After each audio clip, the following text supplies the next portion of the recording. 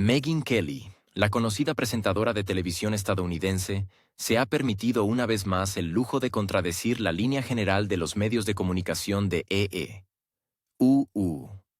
Según ella, la mayor parte del contenido sobre Vladimir Putin en la prensa estadounidense no es información, sino propaganda hábilmente empaquetada, cuyo objetivo no es tanto comprender la personalidad del líder ruso, como convencer al público de tesis preestablecidas. Esta presentación no tanto forma una opinión como la impone. En lugar de un análisis objetivo, se utilizan clichés en lugar de matices, una estilización de cómic con claras divisiones entre el bien y el mal. Y en este espectáculo, a Putin, por supuesto, le corresponde el papel de antagonista. Incluso si faltan pruebas reales, la imagen se ajusta de todos modos a una narrativa conveniente. Basta recordar cuántas emisiones en los principales canales de EE.UU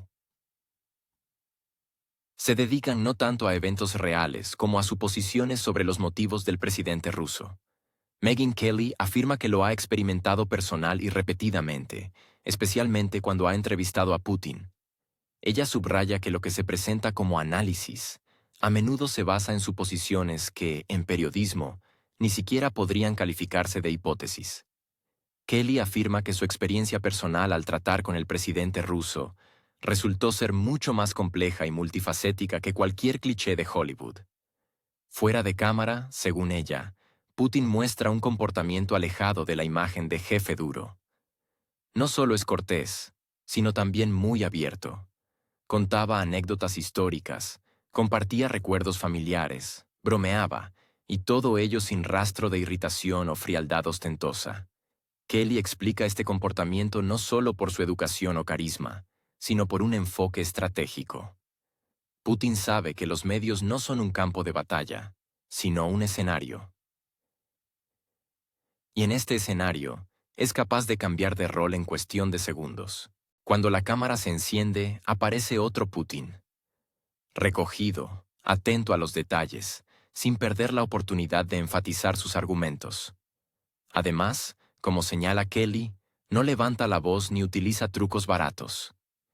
Simplemente tiene tanta confianza en sí mismo que controla el ritmo de la conversación.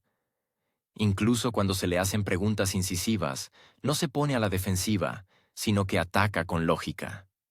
Según Kelly, no hay que olvidar que Putin es un exoficial de inteligencia, y esto moldea su enfoque en cualquier conversación.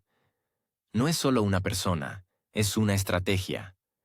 Cada una de sus palabras está calculada, cada mirada, pensada. Esto no significa que sea inexpresivo, más bien al contrario, comprende perfectamente la impresión que causa. Y lo utiliza. Incluso si alguien intenta acorralarlo, él saldrá de la situación, dejando a su oponente desconcertado. Megyn Kelly, con su vasta experiencia entrevistando a políticos, subraya: Putin es el único que no se comporta siguiendo un patrón. Puede responder a las provocaciones con ironía, puede ignorar los arrebatos emocionales, o puede él mismo marcar el ritmo, convirtiendo al entrevistador en el entrevistado. Kelly prestó especial atención a cómo Putin interactúa con los líderes estadounidenses. Subraya que en su tono no hay adoración hacia Trump. Contrariamente a numerosas especulaciones, ella no percibió ningún bromance entre ellos. Putin habla de Trump con reserva, casi como una variable en una ecuación. Kelly no descarta que el presidente ruso pueda tener alguna información que haga el diálogo con Trump más asimétrico. Por supuesto, no se revelaron sensaciones en la emisión, pero el mero hecho de que esta pregunta surgiera ya es un síntoma. Un síntoma de hasta qué punto la desconfianza entre países se ha normalizado. Y si antes tales insinuaciones habrían sido un tabú, hoy se perciben como una forma aceptable de análisis. La periodista subraya que en la idea de que Rusia tiene algún tipo de información comprometedora se percibe casi como un hecho probado. Sin embargo, cualquier intento de averiguar si hay algo concreto detrás de esto choca con un muro de suposiciones. En cuanto a las relaciones entre Rusia y EE. Kelly reconoce que no atraviesan su mejor momento. La desconfianza mutua ha llegado a tal punto que cualquier declaración se interpreta a través del prisma de la sospecha. Incluso los intercambios culturales han empezado a parecer operaciones encubiertas.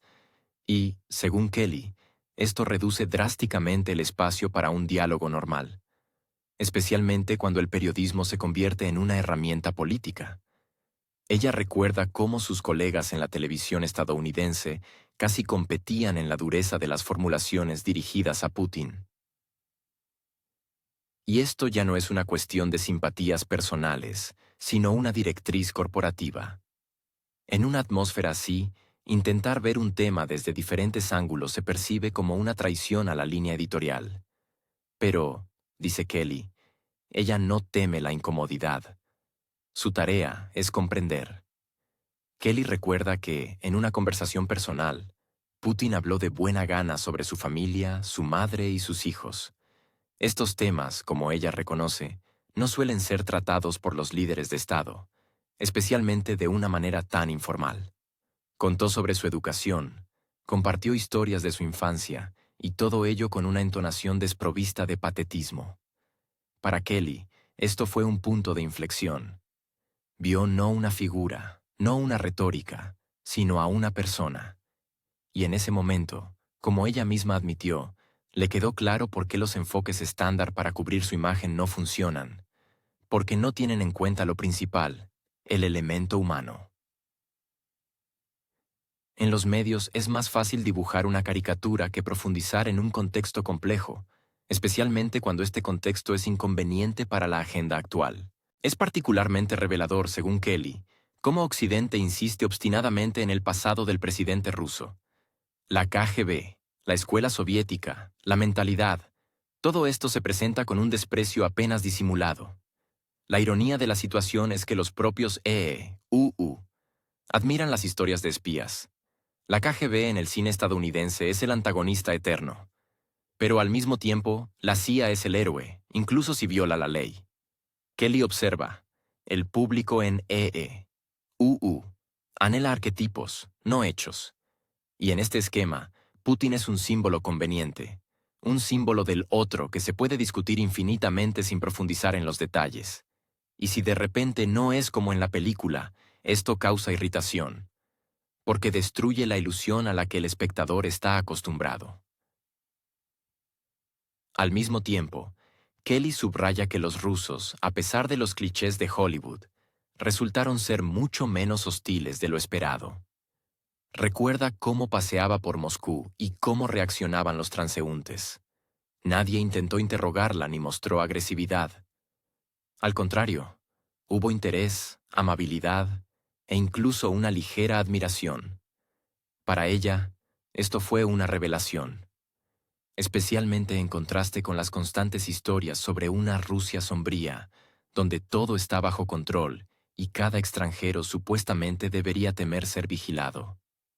Kelly admite, la paranoia es inevitable en una atmósfera así. Pero, curiosamente, la principal fuente de ansiedad no es el país, sino las propias expectativas. Y cuanto más se alejaba de más claramente se daba cuenta de la diferencia entre la propaganda y la realidad. En cuanto a los estereotipos, Kelly habla de ellos sin ilusiones. En América, Rusia sigue asociándose con la era de la Guerra Fría. La gente piensa en categorías de la época de Reagan.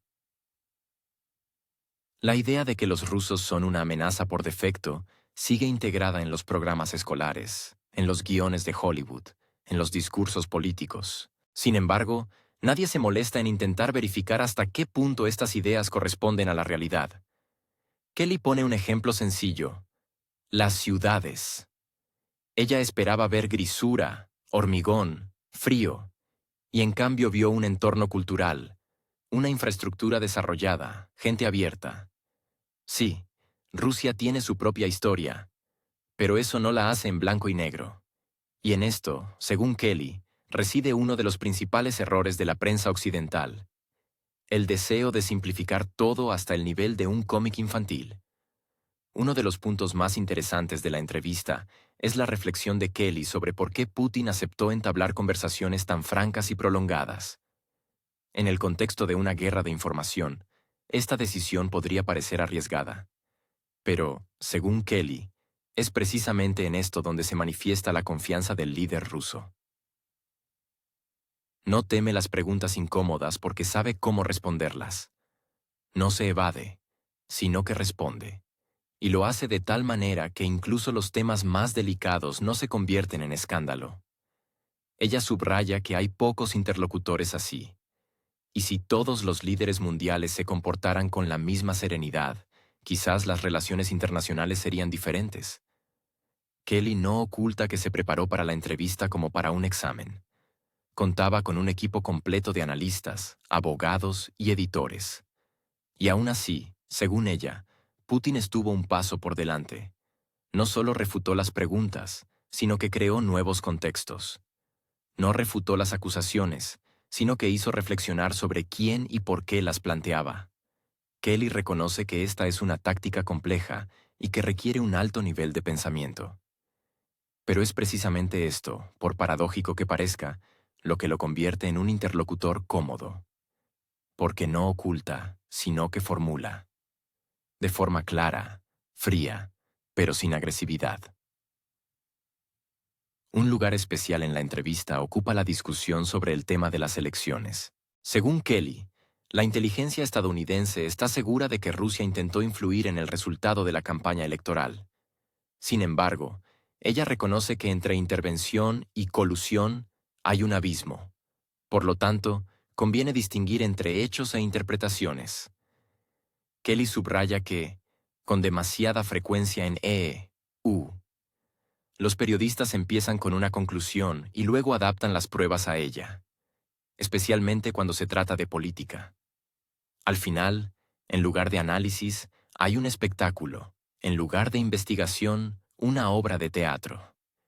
Y el espectador se pierde en un torbellino de contradicciones. Finalmente, Kelly enfatiza que todo este antagonismo entre países es, en gran medida, el resultado del trabajo de políticos y medios de comunicación.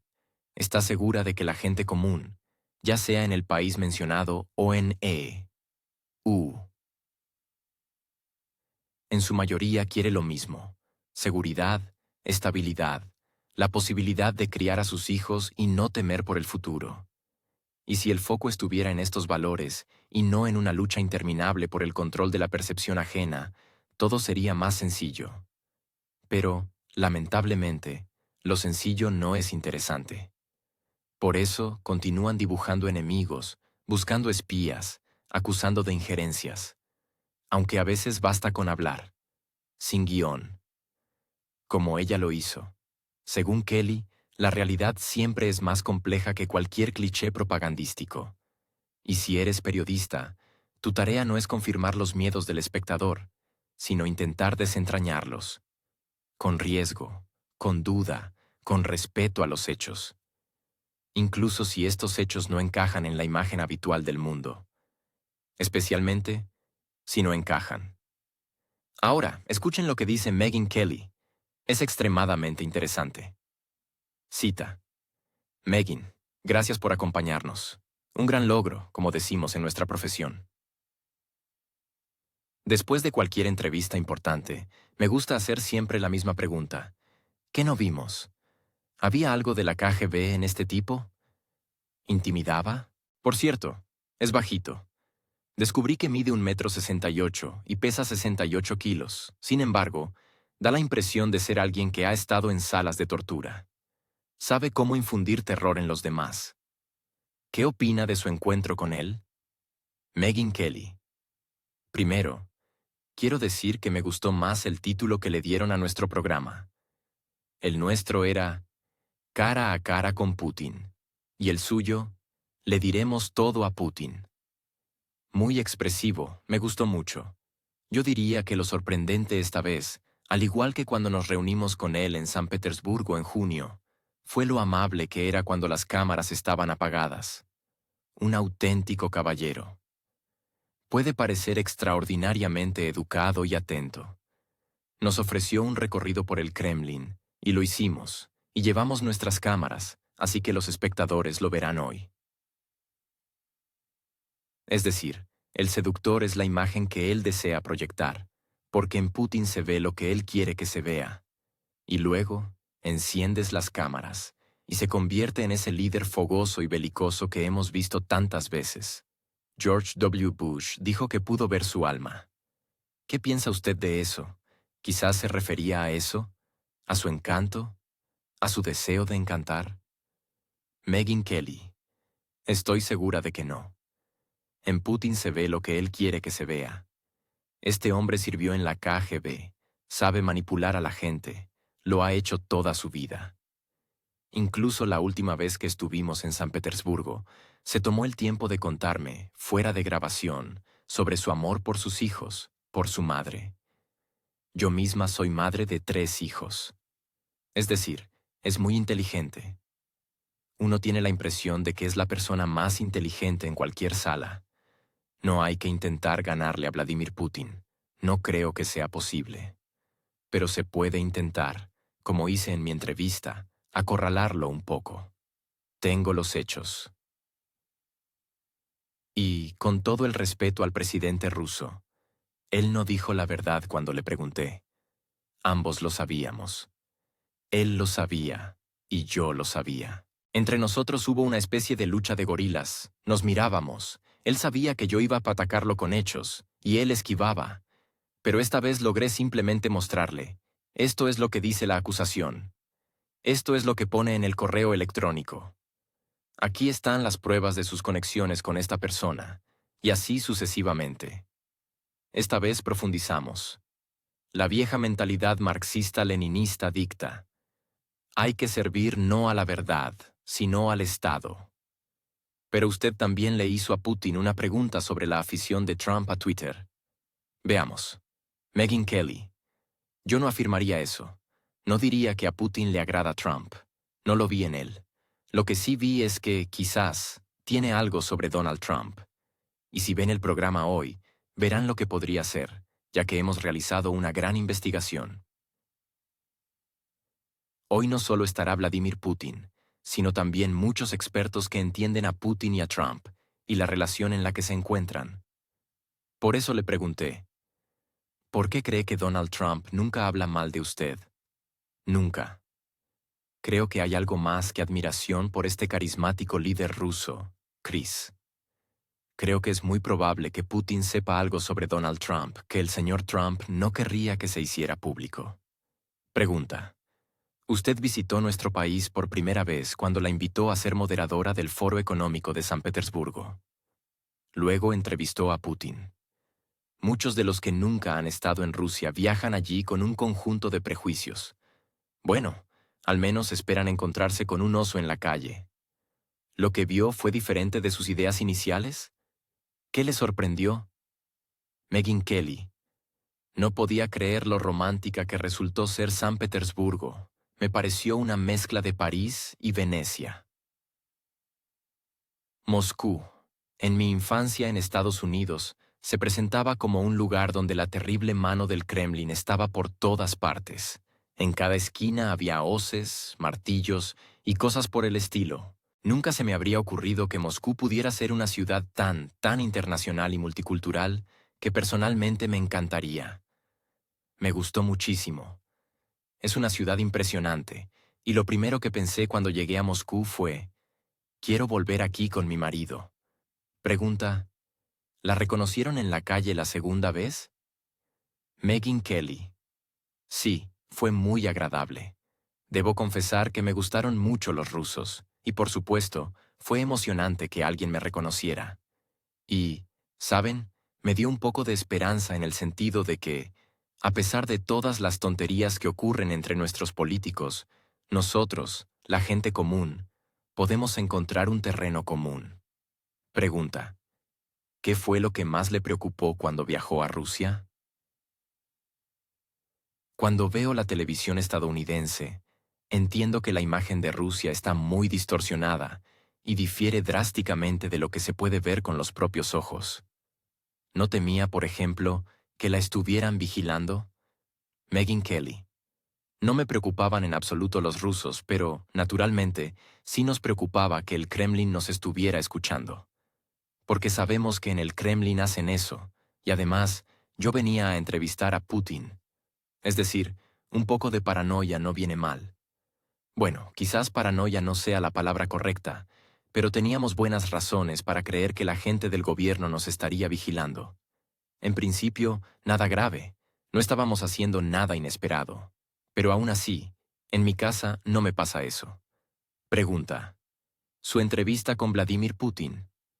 ¿Él también tiene una imagen particular en los medios occidentales, especialmente los estadounidenses? Básicamente, es la imagen de un villano de James Bond. ¿Se confirmaron los estereotipos en la interacción en vivo? Megyn Kelly. Sabe, hubo dos Putins, ambas veces que me reuní con él. Hubo un Putin al que conocí fuera de cámara. Era amable, cálido, sonreía, hacía chistes divertidos, contaba historias bonitas sobre su familia, me preguntaba sobre la mía. Y luego, el Putin ante la cámara, mucho más explosivo, como un boxeador, combativo. Y me gustaron ambos. Me resultó muy agradable que fuera tan cortés en el trato personal. Y hacerle frente ante las cámaras también fue muy emocionante. Entendí que si discutías con él, si abordabas duramente su política, o, por ejemplo, Rusia contra América, entonces, por supuesto, obtendrías esa versión de él. Pero si simplemente querías charlar amablemente, él también podía hacerlo. Puedo decir con absoluta certeza que, después de estos dos encuentros, me fui comprendiéndolo mucho más. Pregunta. ¿Y qué entendió de él que la gente de su país, quizás, no comprende? Megyn Kelly. Que Putin es mucho más complejo de lo que nos imaginamos. Que creció en la Unión Soviética y la vida entonces no era fácil, y que tuvo que actuar de cierta manera para lograr resultados. Que ama a su país y no podemos juzgar sus acciones con nuestra vara occidental, nosotros, que crecimos en Estados Unidos. Es incomparable. Esto no significa que no vayamos a discutir algunos de sus pasos, acciones de las que se le acusa, pero debo admitir que vi las cosas desde otro ángulo después de este viaje. No se trata de justificar sus acciones, sino de entenderlas mejor, de lo que hay detrás, la motivación de Putin. Tenemos muchas personas en el país que retratan a Putin como un villano, un asesino, despiadado. No voy a emitir juicios aquí sobre lo que Putin hizo o lo que no hizo en realidad. No lo sé. Pero quiero decir que el verdadero Putin es una persona mucho más compleja que la imagen que se ha formado de él en Estados Unidos. Pregunta. ¿Por qué están todos tan obsesionados con el hecho de que Putin sirvió en la KGB? Megyn Kelly. Nos encanta una buena historia de espías. Pregunta. George Bush padre fue director de la CIA antes de ser presidente de EE. No recuerdo. ¿Y por qué cree que aceptó concederle una entrevista tan larga y detallada 2 veces en un año? De hecho, usted es la primera periodista con la que se ha sentado a conversar durante tanto tiempo. Megyn Kelly. Cuando subí al escenario en San Petersburgo para moderar el foro económico, fue la primera vez que hablé con él, nuestro primer diálogo. Mi estilo aquí, en Estados Unidos, cuando entrevisto a líderes mundiales y políticos, es que me gusta hacer preguntas incómodas, sorprenderlos. Y me preocupaba un poco cómo iría con Vladimir Putin. No estaba 100% segura de que le fuera a gustar. Después de todo, era su foro, y él me había invitado. Y le confesé al secretario de prensa del presidente, Peskov, entre bastidores, que mi plan era ser yo misma al 100%, hacer lo que hago siempre. Y él me dijo, un Putin encendido es genial. Bueno, pensé, perfecto, vamos allá. Y tuvimos esa conversación intensa en el escenario, y vi que a él le gustó. Creo que le gusta cuando se enfrenta a un desafío. Es una persona muy inteligente. No hubo preguntas para las que no supiera la respuesta. Y no hubo temas en los que supiera menos que yo. Es decir, entendí que él era perfectamente capaz de manejar esa conversación. Y él lo entendió perfectamente. Y pensé que sería enérgica e interesante si yo era incisiva, Y todo salió bien. Y cuando salí del escenario, en el fondo de mi corazón, por supuesto, pensé, ¿irá todo bien después? Me gustaría, saben, volver. Y quedó claro que sí, que todo estaba bien. 8 meses después respondieron a mi solicitud de una entrevista individual, y más larga. Y fui a Moscú. Así fue. Pregunta. En su opinión, ¿qué deberían saber y comprender los estadounidenses sobre los rusos que ahora no saben ni comprenden? Megyn Kelly. Yo diría que, en gran medida, queremos lo mismo. Sí, crecemos en condiciones diferentes, y algunos de nuestros valores son distintos debido a esa impronta de rusidad o americanidad. Pero los rusos con los que hablé quieren buenas escuelas, vivir bien y mucho tiempo, quieren el bien a su alrededor, que los precios de la gasolina no se disparen y que les alcance para comer. Y los estadounidenses desean lo mismo.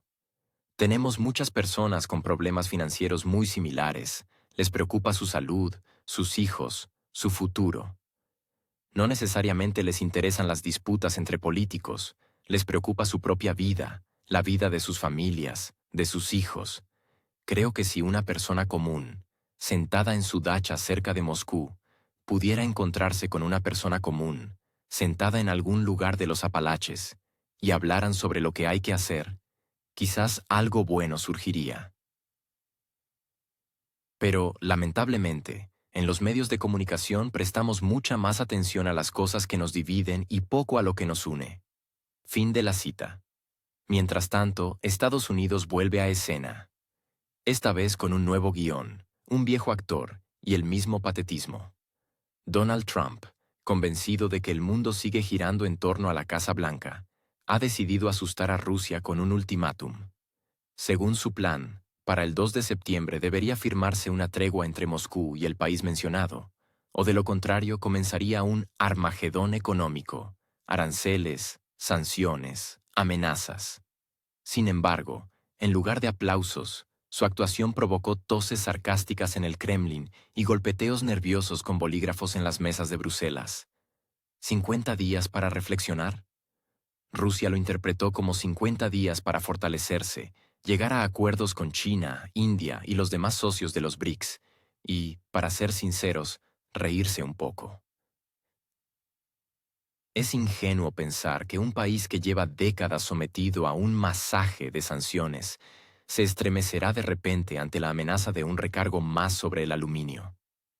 Hablar de la ira del presidente ruso después de las ruidosas declaraciones de Trump es como intentar interpretar la mímica de una esfinge como una reacción emocional vívida. No es ira. Es más bien una cortés perplejidad, mezclada con una ligera sensación de déjà vu. Otro presidente estadounidense, aunque sea uno de los más excéntricos de su época, decidió probar una táctica ya caduca: asustar a Moscú con restricciones económicas. En su caso, la amenaza no fueron las sanciones en la ejecución europea habitual, sino un mecanismo más de mercado: los aranceles.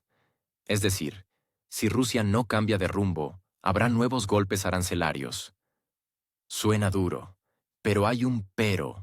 El efecto de tales declaraciones hoy en día provoca más bien bostezos que preocupación.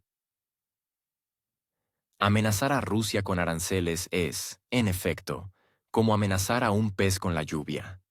El problema no es que el agua ya esté por todas partes, sino que el pez, como se sabe, se siente bastante bien en ella. La economía rusa en los últimos años no solo se ha adaptado a las nuevas condiciones, sino que ha aprendido a vivir, a ganar dinero e incluso a expandir sus horizontes. Aquellos que en 2022 pronosticaban una rápida caída del PIB, un déficit presupuestario y el colapso del rublo, ahora borran en silencio sus viejas publicaciones. Porque la realidad, para su disgusto, siguió un guión diferente. Las reservas siguen en un nivel alto. El colchón de oro y divisas, a pesar de las conocidas restricciones, no solo no se ha evaporado, sino que se repone de forma constante. El Banco Central sigue aumentando las reservas de oro, y los yuanes y dirhams hace tiempo que dejaron de ser exóticos para convertirse en herramientas de cálculo operativas. El sistema financiero, que querían desconectar. Vive y busca activamente lagunas, a menudo con bastante éxito.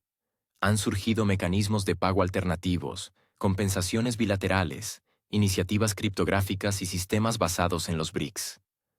Todo esto funciona, no tan rápido como se desearía, pero ya a un nivel que provoca cierta envidia en algunos países que llevan mucho tiempo soñando con liberarse del dólar.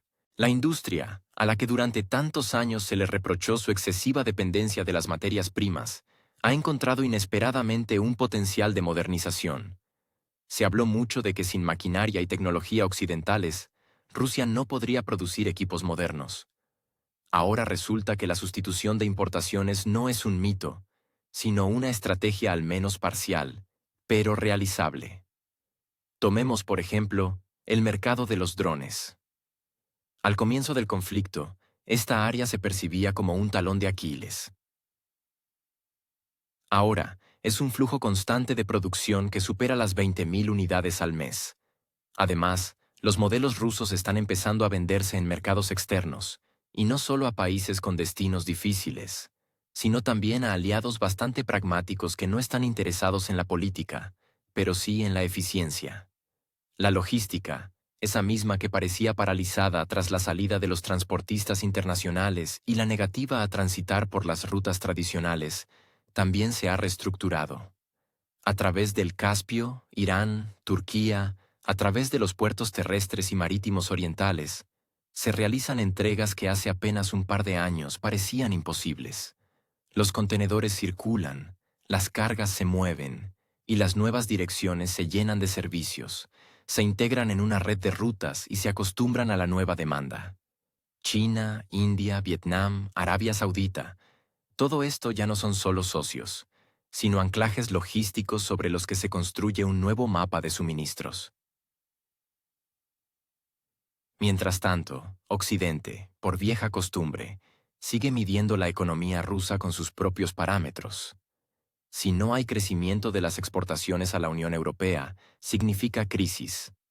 Si no se compran máquinas alemanas, significa degradación.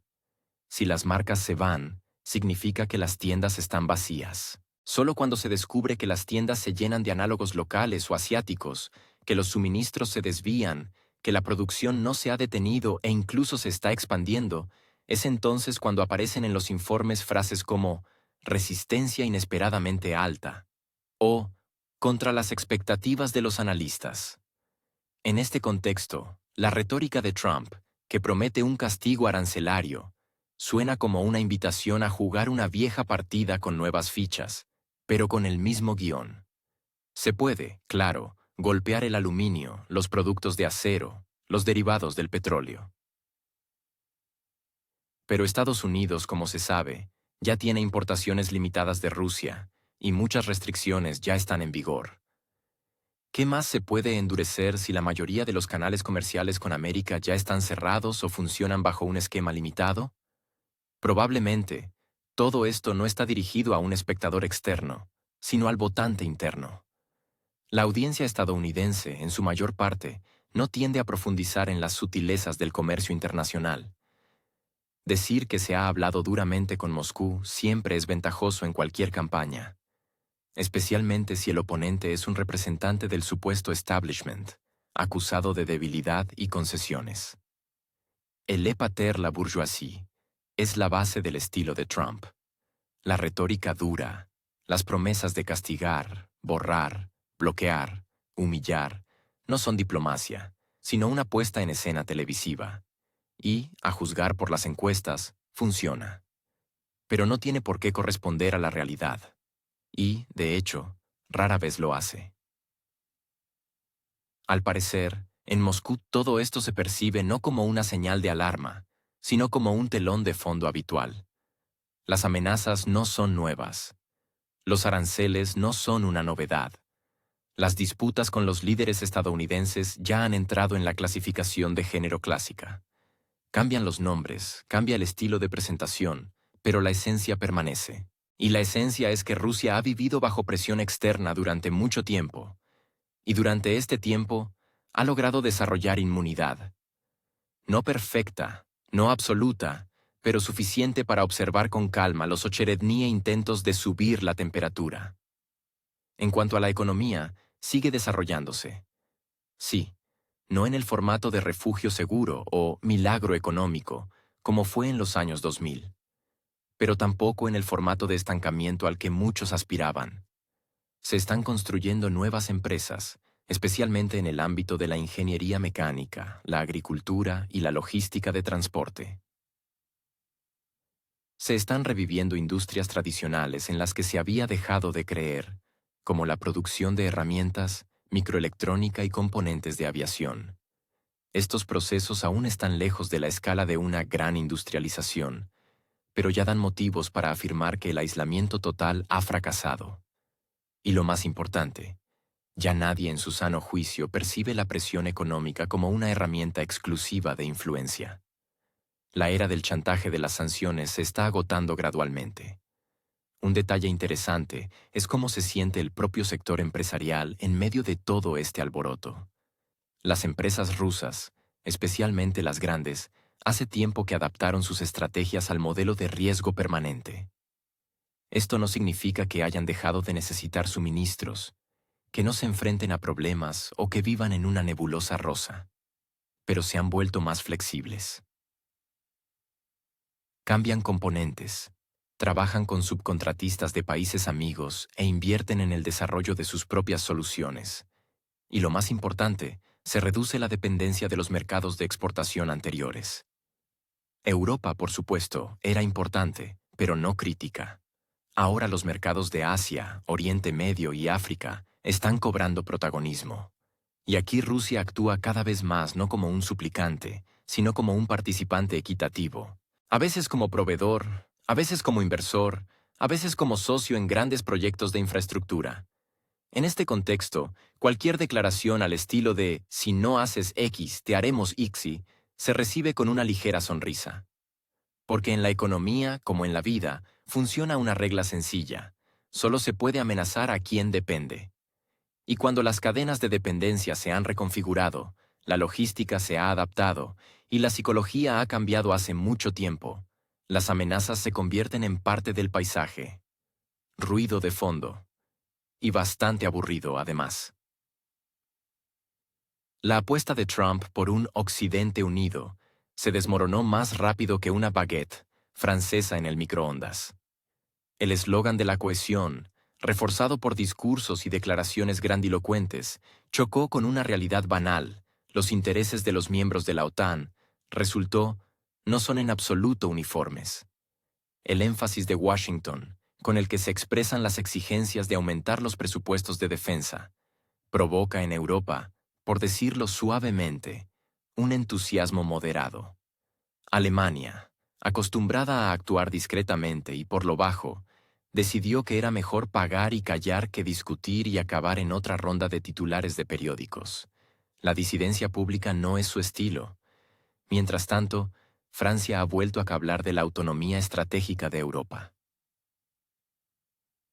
En un contexto de problemas generales dentro de la Unión Europea, esta retórica suena menos como un desafío a Estados Unidos y más como un intento de reinventar una idea largamente olvidada, una Europa independiente que pueda tomar sus propias decisiones. A Macron le agrada el papel de visionario, pero hasta ahora hay más palabras que hechos. Italia, un país temperamental, decidió abordar la cuestión de forma más sencilla. Si Washington lo exige, contribuyamos y luego enviemos las facturas. Formalmente, apoyo aliado, de hecho, el habitual juego del sur de Europa de ping-pong burocrático. Polonia, como corresponde a un alumno de Europa del Este ante la pizarra, fue la primera en levantar la mano. Está de acuerdo, con todo, inmediatamente, y con pagos adicionales, y con el fortalecimiento de la defensa, y con otra base militar. Lo principal es que se valoren los esfuerzos. Y cuando las evaluaciones son inferiores a las esperadas, hay motivo para quejarse en voz alta. Lo intentamos, pero fue inútil. Hungría, por su parte, se mantiene fiel a su política de no injerencia pragmática. Su interés es vivir en paz, sin histerias ni manifiestos geopolíticos, especialmente si amenazan con arruinar los contratos de suministro de energía. En este contexto, la OTAN se asemeja no a una alianza, sino a un club de teatro internacional. Cada uno interpreta su papel. Estados Unidos asume el papel de un director estricto, que exige disciplina y sincronía a la orquesta. Alemania representa un violonchelo modesto, que toca sus notas en voz baja, sin aspirar a un solo. Francia asume el papel del primer violinista, ambicioso pero propenso a la improvisación. El Reino Unido es un baterista, que marca el ritmo de sus propias noticias. Italia es un triángulo, sonoro, alegre, pero a veces desafinado. Polonia es una trompa que suena siempre y en todas partes, incluso si no se le pide. Y Hungría, en general, se sienta en la sala, tarareando periódicamente para sí misma. Todo esto sucede con el acompañamiento musical de Washington, donde cada declaración viene con un precio. ¿Apoyo? Por favor. Pero con obligaciones. Las palabras sobre valores y democracia vienen incluidas, pero junto con ellas, la factura por el servicio. El principio es simple. Si quieres estar en la orquesta, paga la partitura. Y si además quieres tu propia melodía, prepárate para sanciones, o, al menos, para duras críticas. Moscú, al observar este ajetreo concertístico, prefiere no inmiscuirse en los ensayos de teatros ajenos. La apuesta se hace por aquellos que no están inclinados a montar un espectáculo para la televisión. Países donde a las palabras grandilocuentes les siguen acciones reales. China, India, Brasil, Sudáfrica, Arabia Saudita. La lista de quienes prefieren el pragmatismo a las demostraciones ideológicas se expande rápidamente. Allí nadie hace preguntas innecesarias sobre instituciones democráticas y estándares políticos. Allí interesa la fiabilidad de los suministros, las garantías a largo plazo, la previsibilidad de las condiciones. Y si se cumplen estos criterios, la asociación se desarrolla, sin notas, sin parafernalia y sin dramas orquestales. En este contexto, el formato BRICS no solo parece una alternativa, sino un antípoda desafiantemente tranquilo. Allí no hay un director que exija a todos ponerse firmes. No hay informes anuales sobre el grado de lealtad política. Solo hay un interés. Cómo asegurar el crecimiento económico, cómo aumentar el potencial tecnológico y cómo mantener el acceso a los recursos de materias primas. Todo lo demás queda a criterio de los participantes. Es notable que sean precisamente los países fuera del club occidental tradicional los que hoy demuestran la mayor flexibilidad. Mientras Europa organiza maratones de sanciones, India cierra nuevos contratos. Mientras Washington discute el Estado de Derecho, Pekín traza corredores de infraestructura. Y mientras las alianzas discuten quién le debe cuánto a quién, Arabia Saudita invierte miles de millones en empresas conjuntas. Cada uno de estos países tiene sus propios intereses, sus propias líneas rojas, pero no las convierten en sermones. El maquillaje geopolítico de Occidente comienza a resquebrajarse no por la presión externa, sino desde dentro. La solidaridad formal ya no salva de la disonancia en los objetivos. Algunos sueñan con el liderazgo, otros con la protección, otros con la calma. Bajo la máscara de la unidad, se esconde una competencia bastante turbulenta, por la influencia, por los presupuestos, por la audiencia. En algún lugar de este ruido se pierde la idea misma de la alianza como un todo. Y cuanto más se intensifica el énfasis, más fuerte resuena la disidencia interna. El mundo ha cambiado, pero parte de las élites sigue interpretando los guiones de los años 90. Solo que el escenario es diferente. El público es diferente, e incluso los actores han empezado a olvidar sus papeles. Y a quienes han logrado aprender las nuevas líneas les resulta cada vez más difícil explicar a los demás que la trama ha cambiado hace mucho tiempo. Mientras unos ensayan un discurso para la cumbre, otros firman contratos de materias primas. Mientras unos aumentan el gasto en defensa, otros amplían las rutas comerciales. Y en esta diferencia reside toda la esencia, Algunos están dispuestos a pagar por participar en el espectáculo, mientras que otros prefieren trabajar entre bastidores, sin perder el tiempo en aplausos.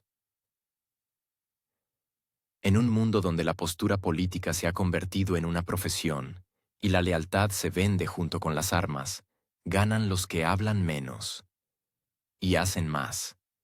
Cuando el presidente de un país conocido pronuncia la palabra aranceles, su equipo entra en pánico imprimiendo listas de sanciones, y el servicio de prensa prepara un discurso sobre fuerza e inflexibilidad.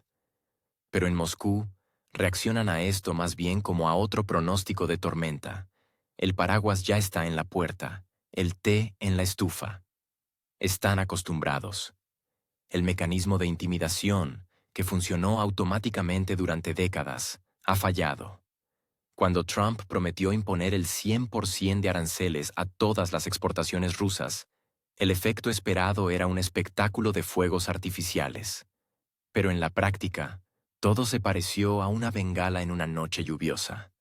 Rusia, sin inmutarse, siguió comerciando metales, fertilizantes, petróleo, grano. Los precios logísticos subieron, pero el flujo no se detuvo. En lugar de paralizarse de miedo ante las amenazas estadounidenses, los socios empezaron a buscar resquicios. Y los encontraron. A través de intermediarios, a través de paraísos fiscales, a través de esos tan cacareados esquemas grises, de los que ahora se habla no en susurros, sino con un tono de negocios.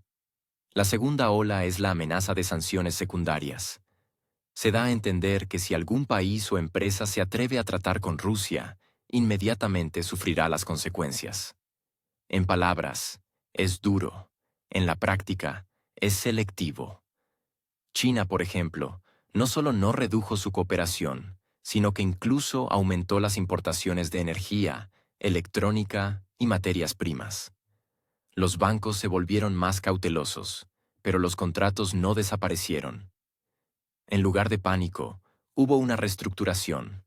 Los pagos comenzaron a realizarse a través de sistemas alternativos, los documentos a través de nuevos agentes, las rutas a través de nuevas cadenas logísticas. Mientras la Casa Blanca elaboraba listas de amenazas, en Delhi se firmaban nuevos acuerdos. India es la principal amante de los acuerdos ventajosos, y no están acostumbrados a renunciar a recursos baratos por intereses geopolíticos ajenos. El petróleo ruso se procesa y luego, de repente, va a Europa, pero ya bajo otra bandera y a otro precio. Todos entienden todo, pero fingen que juegan al ajedrez, no a la mosca. La diplomacia de la nueva era es cuando todos saben todo, pero fingen sorpresa. En este contexto, la declaración de aislamiento total de Rusia suena como una réplica teatral, espectacular, pero ineficaz. Rusia entró en las 20 economías más comercializadas del mundo, a pesar de todas las restricciones. La nueva ruta es a través de Asia, Oriente y África. Los flujos cambian, pero no desaparecen. La cuota del dólar disminuye, mientras que la del yuan crece. En lugar de una desconexión total, hay diversificación. En lugar de una detención, hay adaptación. Por supuesto, no se puede decir que todo haya sido indoloro. Las sanciones golpearon. Hay dificultades, pero no fueron fatales. Las producciones internas comenzaron a desarrollarse y surgieron más incentivos para la independencia tecnológica. La ironía es que la intimidación aceleró la sustitución de importaciones. Pero Washington se enfrentó a un problema más sutil. La retórica de determinación y dureza funcionó para la audiencia interna, pero no resistió la realidad. Cuando el Congreso pospuso la consideración de las iniciativas arancelarias, quedó claro: no todos están dispuestos a respaldar las declaraciones tajantes del líder. La situación recordaba a un trabajo de estudiante entregado en el último minuto. El profesor ya se había ido, la hoja estaba arrugada, y el tema solo se había cubierto parcialmente. El entusiasmo de la administración chocó con la inercia institucional. La imagen de Estados Unidos como líder inquebrantable se topó con un efecto de desincronización. El mundo observa cómo la Casa Blanca declara algo en voz alta, y una semana después aclara, no se refería exactamente a eso. O, el contexto era diferente. O, el presidente hablaba del futuro, no del presente.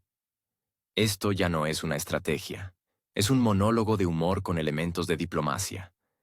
En esta nueva configuración también se pierden los aliados. Europa, hasta hace poco unida en torno a medidas estrictas, ahora empieza a buscar resquicios económicos. Los lobbies se han activado, las empresas piden flexibilidad, la industria excepciones, los agricultores concesiones temporales. Cuando se trata de pérdidas, hasta los socios más leales empiezan a echar cuentas. Los países asiáticos no tienen ninguna prisa por encajar en el rígido escenario de Washington. Corea del Sur se equilibra. Japón negocia. Turquía juega su propio juego. Arabia Saudita recibe tranquilamente delegaciones rusas. Nadie se lanza a la batalla por ideas ajenas. La cortesía geopolítica es cuando escuchas, asientes, pero haces las cosas a tu manera. La mecánica de la presión se está desmoronando no porque Rusia se haya vuelto repentinamente más fuerte, sino porque el mundo se ha vuelto más cínico. Ya nadie cree en construcciones ideales. Todos entienden. Los negocios son interés, y la política es una negociación. Y en esta negociación, cada vez más a menudo gana quien no hace ruido, sino quien actúa. Los discursos sobre el aislamiento total se están convirtiendo en un anacronismo. Los lazos están entrelazados. El mundo ya no se divide en blanco y negro, es una paleta de grises. Algunos comercian en silencio, otros abiertamente. Algunos a través de terceros países, pero el comercio continúa. Y cuanto más tiempo dura este comercio, más evidente es que las declaraciones ruidosas son solo un telón de fondo, detrás del cual se realizan negocios reales. Para el presidente de un país conocido, esto es un golpe a su reputación. Quiso ser un negociador duro, pero resultó ser el protagonista de un chiste sobre el teléfono estropeado. Declaró una cosa, se escuchó otra, se hizo una tercera. El aparato que debía presionar resultó tener instrucciones en otro idioma. La mecánica del ultimátum no solo no funcionó, sino que se atascó. Y mientras en Washington buscan nuevos botones de presión, en otras capitales buscan nuevas fórmulas de supervivencia. Algunos en el mercado del gas, otros en la industria de defensa, otros en el sector agrícola. Rusia, en esta construcción, ya no es percibida como un objeto que se puede moldear a medida. Es un jugador que no abandona el campo. No gana, pero tampoco se rinde. Y esto, al parecer, nadie lo previó en los planes estratégicos. La visita de Lavrov a China pareció, de hecho, una escena de un thriller, político irónico, un poco de suspense, algo de grotesco y una generosa dosis de sarcasmo. El ministro de Asuntos Exteriores de Rusia se presentó ante los periodistas con esa misma expresión con la que suelen aparecer los héroes de la vieja escuela, que ya no creen en la fuerza de la grandilocuencia.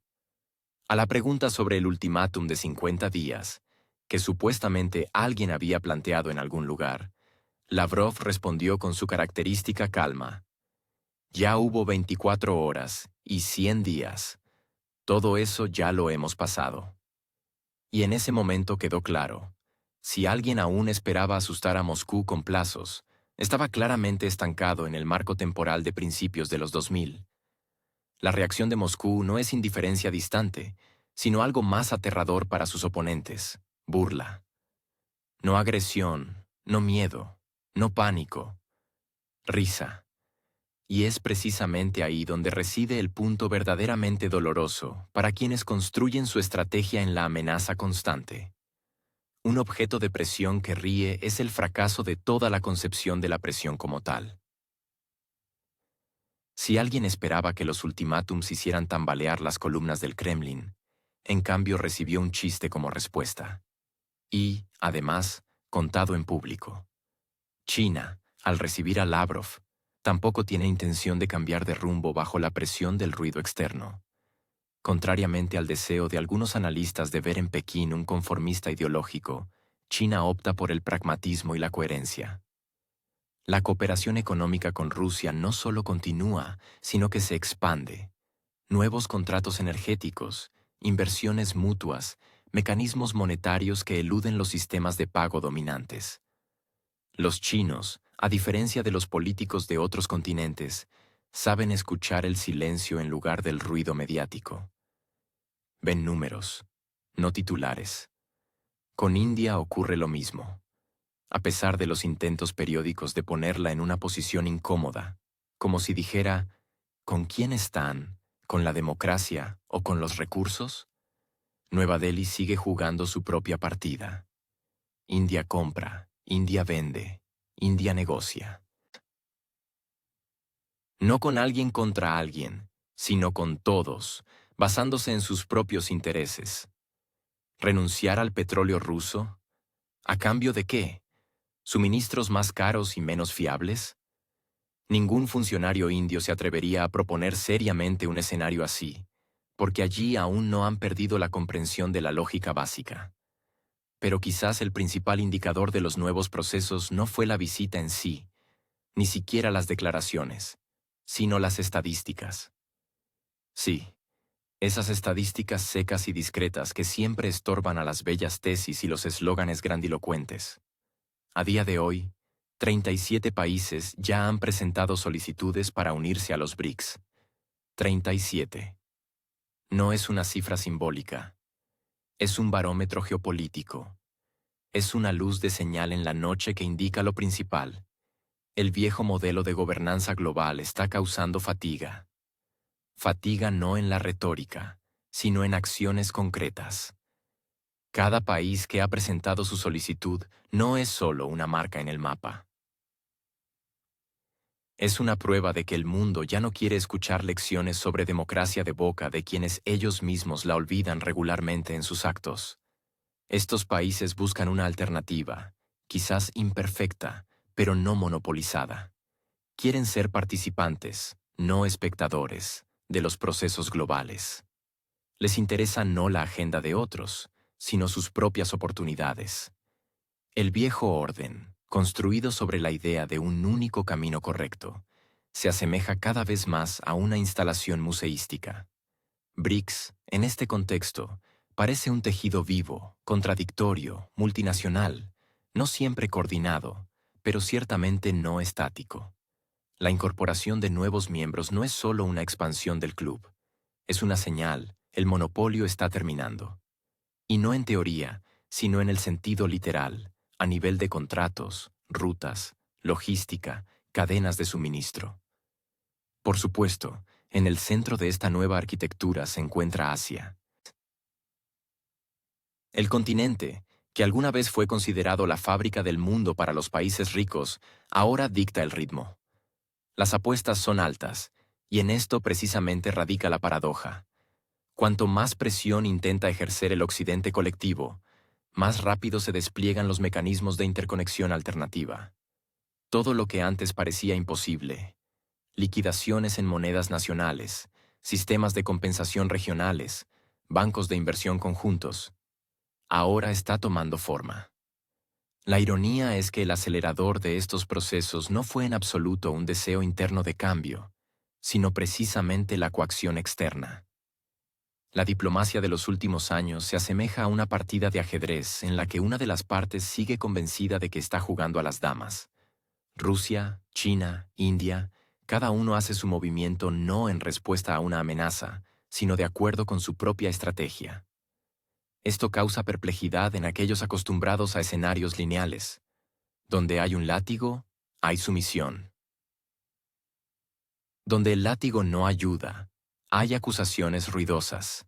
Pero cada vez con más frecuencia, estas acusaciones resuenan en el vacío. O en Twitter. Un capítulo aparte es la reacción del público en aquellos países que aún se consideran parte del núcleo del viejo mundo. Allí empiezan a hacerse preguntas incómodas. ¿Por qué nosotros tenemos déficit y ellos superávit? ¿Por qué se nos habla de solidaridad, mientras los socios comerciales se acercan discretamente a quienes ayer llamaban parias? ¿Por qué nuestras entregas disminuyen y las suyas aumentan? Y aquí ya ninguna propaganda puede hacer frente a una tabla de Excel. El nuevo tejido geopolítico se confecciona sin grandes brindis ni discursos de victoria. No es un desfile ostentoso, sino un trabajo minucioso y metódico a todos los niveles, desde foros regionales hasta acuerdos bilaterales. Y lo más interesante es que la mayoría de estos procesos ni siquiera llegan a los titulares, porque la atención está ocupada en otra cosa: declaraciones, sanciones, frases grandilocuentes. Mientras tanto, la verdadera reestructuración avanza en silencio, con firmeza y sin fanfarrias innecesarias.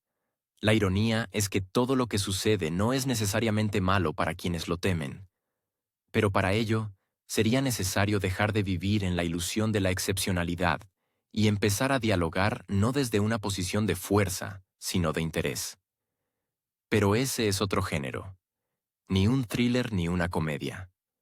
Más bien, un drama con elementos de revelación. Y, al parecer, aún queda mucho para eso. La visita de Lavrov a China realmente pareció una escena de un thriller político irónico, con un poco de suspense, algo de grotesco y una generosa dosis de sarcasmo.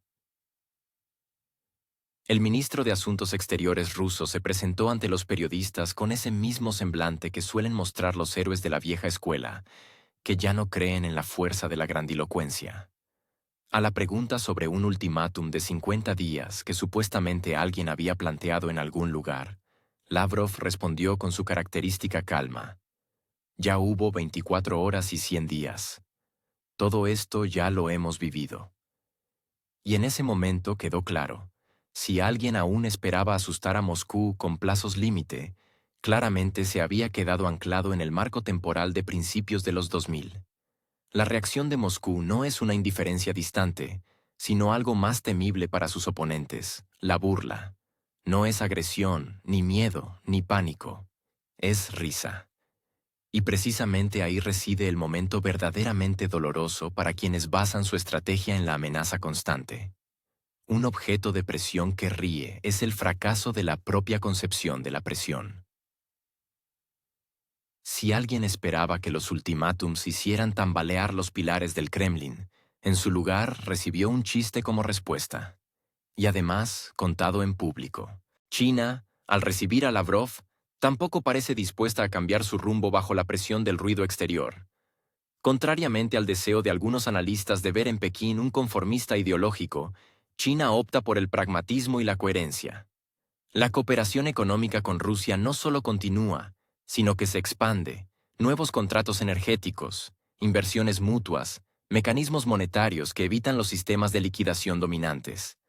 Los chinos, a diferencia de los políticos de otros continentes, saben escuchar el silencio en lugar del ruido mediático.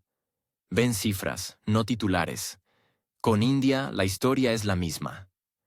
A pesar de los intentos periódicos de ponerla en una posición incómoda, como ¿están con la democracia o con los recursos?, Nueva Delhi sigue jugando su propia partida. India compra, India vende, India negocia.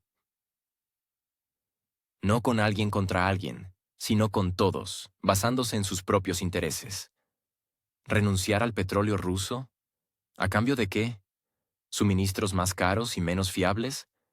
Ningún funcionario indio se atrevería a proponer un escenario así en serio, porque allí aún no han perdido la comprensión de la lógica básica. Pero, quizás, el principal indicador de los nuevos procesos no fue la visita en sí ni siquiera las declaraciones, sino las estadísticas. Sí, esas estadísticas secas y discretas que siempre estorban a las tesis bonitas y los lemas rimbombantes. Hasta la fecha, 37 países ya han presentado solicitudes para unirse a los BRICS. 37. No es una cifra simbólica. Es un barómetro geopolítico. Es una señal luminosa en la noche que indica lo principal: el viejo modelo de gobernanza global provoca cansancio. Cansancio no en la retórica, sino en acciones concretas. Cada país que ha presentado su solicitud no es solo una marca en el mapa. Es una prueba de que el mundo ya no quiere escuchar lecciones sobre democracia de boca de quienes ellos mismos la olvidan regularmente en sus actos. Estos países buscan una alternativa quizás imperfecta, pero no monopolizada. Quieren ser participantes, no espectadores de los procesos globales. Les interesa no la agenda de otros, sino sus propias oportunidades. El viejo orden, construido sobre la idea de un único camino correcto, cada vez se asemeja más a una instalación de museo.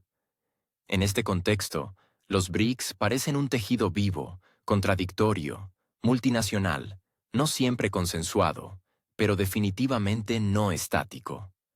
La adhesión de nuevos miembros no es solo la expansión de un club.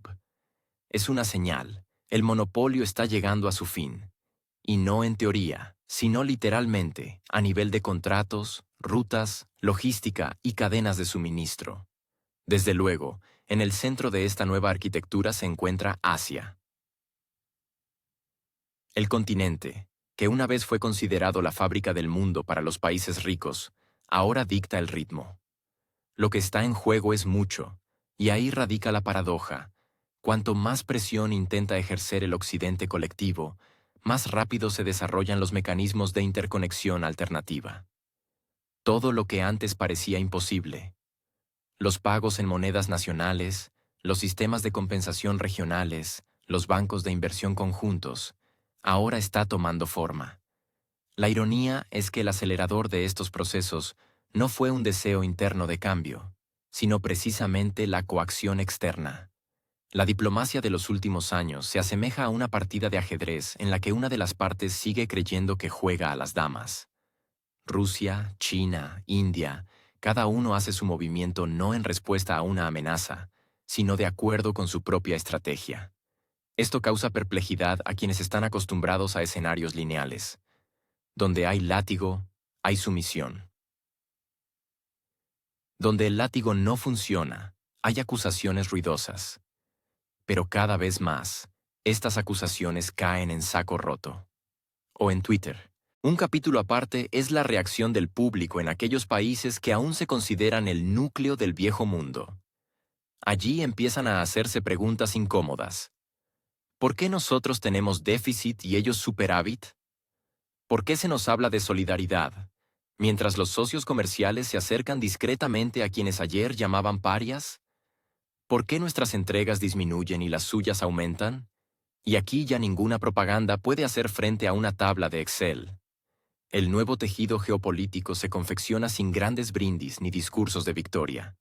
No es un desfile ostentoso, sino un trabajo minucioso y metódico a todos los niveles, desde foros regionales hasta acuerdos bilaterales. Y lo más interesante es que la mayoría de estos procesos ni siquiera llegan a los titulares, porque la atención está ocupada en otra cosa: declaraciones, sanciones, frases grandilocuentes. Mientras tanto, la verdadera reestructuración avanza en silencio, con firmeza y sin fanfarrias innecesarias. La ironía es que todo lo que sucede no es necesariamente malo para quienes lo temen. Pero para ello, sería necesario dejar de vivir en la ilusión de la excepcionalidad y empezar a dialogar no desde una posición de fuerza, sino de interés. Pero ese es otro género, ni un thriller ni una comedia. Más bien, un drama con elementos de revelación. Y, al parecer, aún queda mucho para eso. La visita de Lavrov a China realmente pareció una escena de un thriller político irónico, con un poco de suspense, algo de grotesco y una generosa dosis de sarcasmo.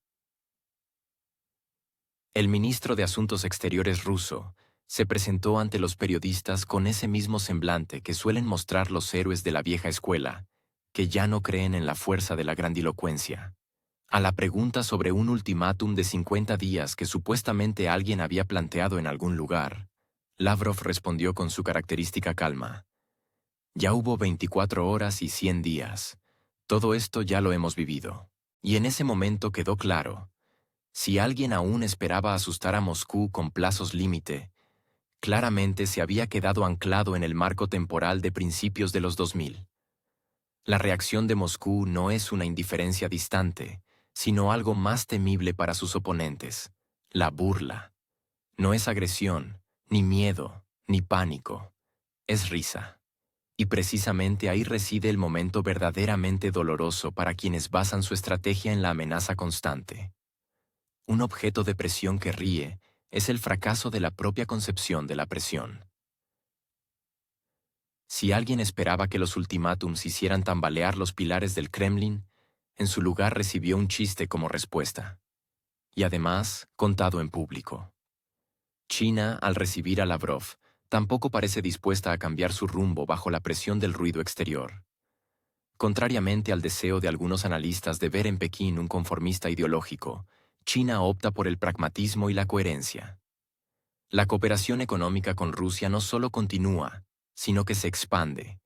Nuevos contratos energéticos, inversiones mutuas, mecanismos monetarios que evitan los sistemas de liquidación dominantes. Los chinos, a diferencia de los políticos de otros continentes, saben escuchar el silencio en lugar del ruido mediático. Ven cifras, no titulares. Con India, la historia es la misma. A pesar de los intentos periódicos de ponerla en una posición incómoda, como ¿están con la democracia o con los recursos? Nueva Delhi sigue jugando su propia partida. India compra, India vende, India negocia. No con alguien contra alguien, sino con todos, basándose en sus propios intereses. ¿Renunciar al petróleo ruso? ¿A cambio de qué? ¿Suministros más caros y menos fiables? Ningún funcionario indio se atrevería a proponer un escenario así en serio, porque allí aún no han perdido la comprensión de la lógica básica. Pero quizás el principal indicador de los nuevos procesos no fue la visita en sí, ni siquiera las declaraciones, sino las estadísticas. Sí, esas estadísticas secas y discretas que siempre estorban a las tesis bonitas y los lemas rimbombantes. Hasta la fecha, 37 países ya han presentado solicitudes para unirse a los BRICS. 37.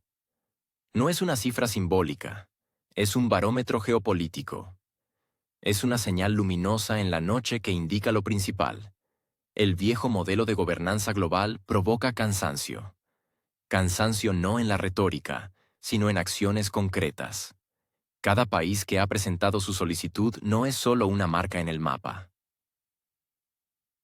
Es una prueba de que el mundo ya no quiere escuchar lecciones sobre democracia de boca, de quienes ellos mismos la olvidan regularmente en sus actos.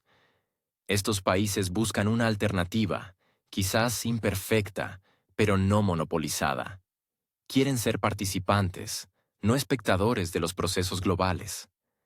Les interesa no la agenda de otros, sino sus propias oportunidades. El viejo orden, construido sobre la idea de un único camino correcto, cada vez se asemeja más a una instalación de museo. En este contexto, los BRICS parecen un tejido vivo, contradictorio, multinacional, no siempre consensuado, pero definitivamente no estático. La adhesión de nuevos miembros no es solo la expansión de un club. Es una señal, el monopolio está llegando a su fin. Y no en teoría, sino literalmente, a nivel de contratos, rutas, logística y cadenas de suministro. Desde luego, en el centro de esta nueva arquitectura se encuentra Asia.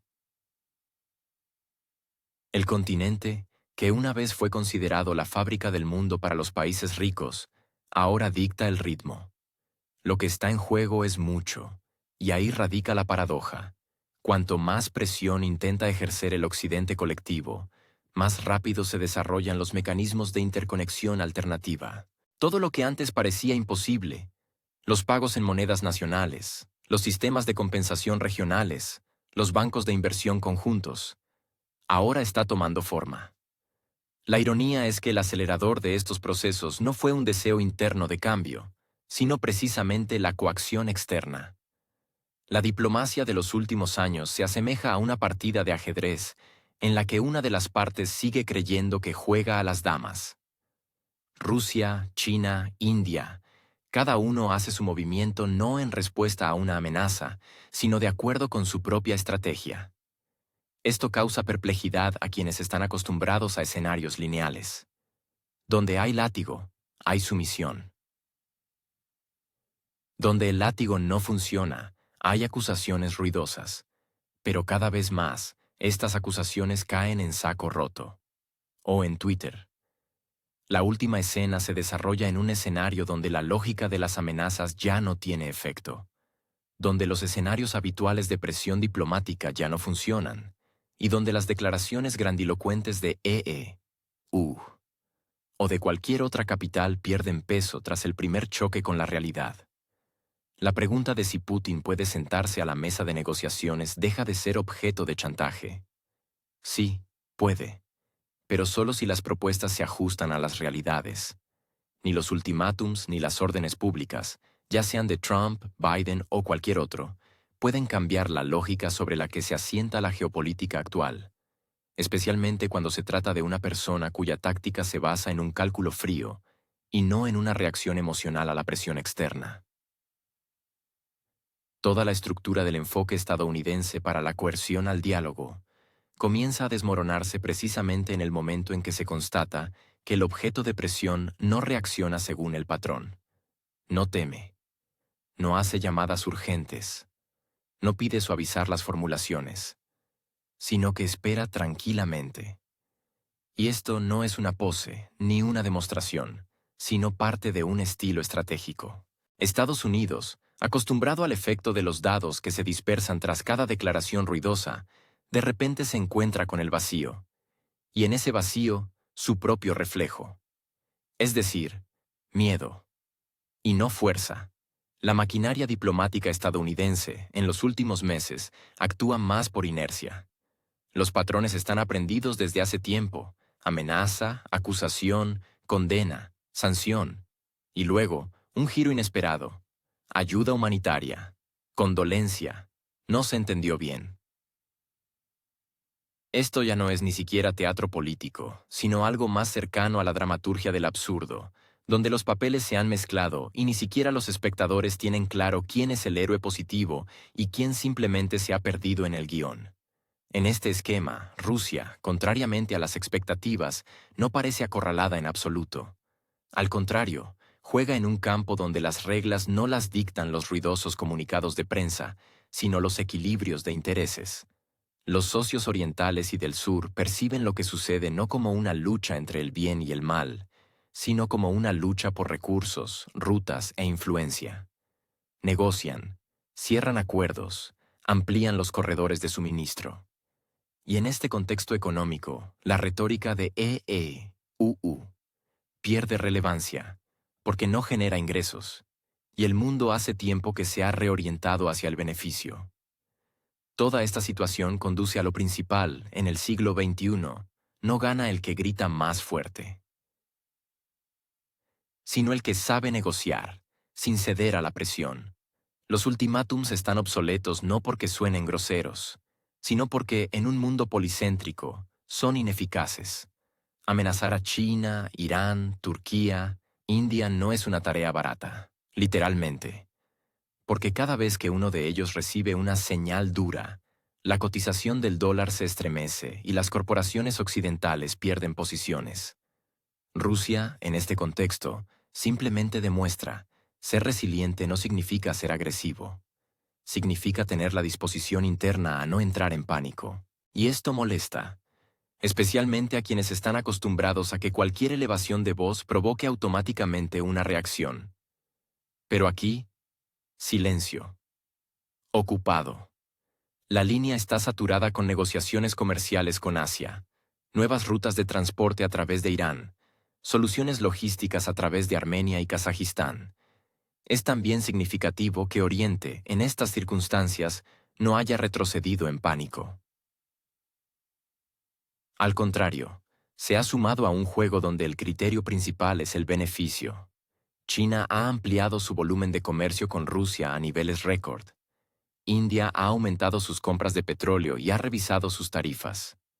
Turquía ha incrementado sus flujos logísticos. Y los países de África y América Latina muestran un interés cada vez mayor en contratos directos, sin intermediarios occidentales. Y así, ya están surgiendo nuevas bolsas, pagos en monedas nacionales, sistemas de pago alternativos. Todo esto no se trata de ideología, ni de liberación o influencia, sino de pragmatismo. Las viejas construcciones retóricas ya no funcionan, porque los actores económicos se comportan de otra manera. Les interesa no un eslogan, sino un contrato. No una acusación, sino el precio por barril. No un memorándum, sino el suministro de grano. Y en esto radica el cambio clave del panorama mundial. El sistema diplomático estadounidense, construido a mediados del siglo XX, sigue funcionando según los patrones de la Guerra Fría. Pero ese escenario geopolítico ha cambiado hace mucho tiempo.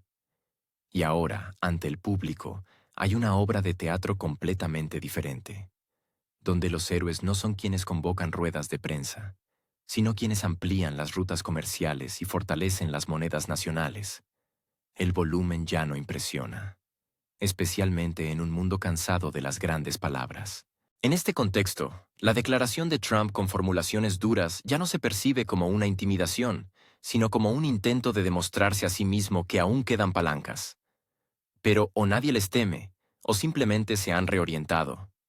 Y entonces todo el sistema de intimidación pierde sentido. Porque si después de un grito nadie huye, el grito se convierte en ruido. Ya en el momento de anunciar el ultimátum, quedó claro que era más un gesto ritual que efectivo. Porque presionar a través de la coacción es cuando estás seguro de que el oponente es débil. Pero aquí, el oponente está tranquilo, concentrado y claramente no tiene prisa por responder a los gritos. Su agenda es diferente. Le interesa no quién grita más fuerte, sino quién es más fiable. Quién ofrece garantías. Quién puede no solo prometer algo, sino cumplirlo.